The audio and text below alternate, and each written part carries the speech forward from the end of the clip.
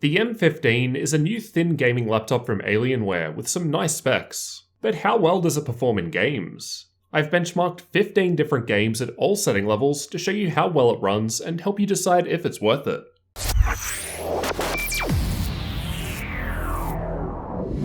Just quickly before we jump into the benchmark results, I'll cover off the specs in my unit. There's an Intel i7-8750H CPU, Nvidia GTX 1070 Max-Q graphics, and 16GB of memory running in dual channel. I was running Windows 10 with the latest Nvidia drivers available from Alienware, so let's see how well it runs. Fortnite was tested with the replay feature, and even with epic settings I was able to average above 100 FPS, and it was playing perfectly fine for me, though much higher frame rates were possible with lower settings.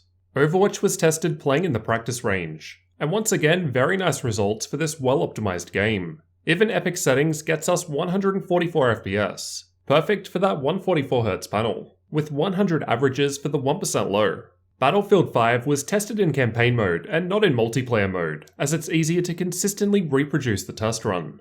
Even with ultra settings, 60 FPS averages were possible in this test. Shadow of the Tomb Raider was tested with the built-in benchmark, and this test was able to average just under 60 FPS with highest settings, and up to 100 at minimum, so should work pretty well. PUBG was tested using the replay feature, and although this is a less optimized game, it still went alright at higher settings. I didn't see too much of a frame rate difference in my test, with 100 FPS just possible at very low settings. CSGO was tested using the Euletical benchmark, and with all settings maxed out, the test was still getting fairly high frame rates, and just able to hit 200 FPS with medium settings, and a bit more at low settings. Rainbow Six Siege was tested with the built-in benchmark, and this test always results in high frame rates with modern hardware. Even at ultra settings, we're getting 150 FPS averages, with up to 200 possible at low settings. Far Cry 5 was also tested with the built-in benchmark, and the results were alright from this test. Still above 80 FPS averages even at ultra settings here, with above 100 seen at low settings.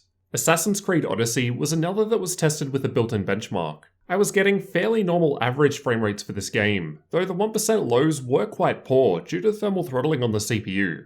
More on this in a future thermal testing video, so get subscribed for that. Dota 2 was tested using a fairly intensive replay, so this should be a worst case scenario. These results are not the same as actually playing the game, which would result in higher performance. I did play a quick game with ultra settings just for comparison, and it was averaging around 110 FPS with not much going on. Watch Dogs 2 is a demanding game, but it doesn't need a high frame rate to play. I can play it just fine with a solid 30 FPS, so ultra settings worked flawlessly for me on the M15, although I don't think you get too much of a difference visually dropping down to very high. Ghost Recon is another demanding game and was tested using the built-in benchmark. As usual, not great results at ultra for this intensive game, but more than playable at very high or below without issue. The Witcher 3 played well enough at ultra settings, although I'd probably stick to high settings as it did feel noticeably smoother with not too much of a difference in terms of how the game looked. Doom was tested using Vulkan, and this game generally runs quite well on anything. Even at ultra settings, 120 FPS averages were easily possible, with higher achievable at lower settings if needed. Shadow of War was tested with the built-in benchmark. Yet again, pretty good results, with over 70 FPS averages still possible at ultra settings, and frame rates above the refresh rate of the display at lowest settings. The i7-8750H, GTX 1070 Max-Q, and dual-channel memory configuration are giving us pretty nice results in all games. These were easily playable with high settings at 1080p. The M15 is also available with 1060 graphics, so expect different results with different hardware. I've also got Alienware's graphics amplifier here too, so get subscribed to see how this helps improve gaming performance in a future video. As mentioned, I did notice some thermal throttling present while testing the Alienware M15 gaming laptop. I'll be testing that in depth in a future video too, to see how hot this thin machine gets. I'll also be looking at how we can improve gaming performance through overclocking and undervolting there too. This is just how the laptop performs out of the box in a number of different games, which is likely how most people will probably end up using it. The new RTX models are also just around the corner, so I can't wait to compare this with the newer M15 in future. So how do you guys think the Alienware M15 gaming laptop did in these games?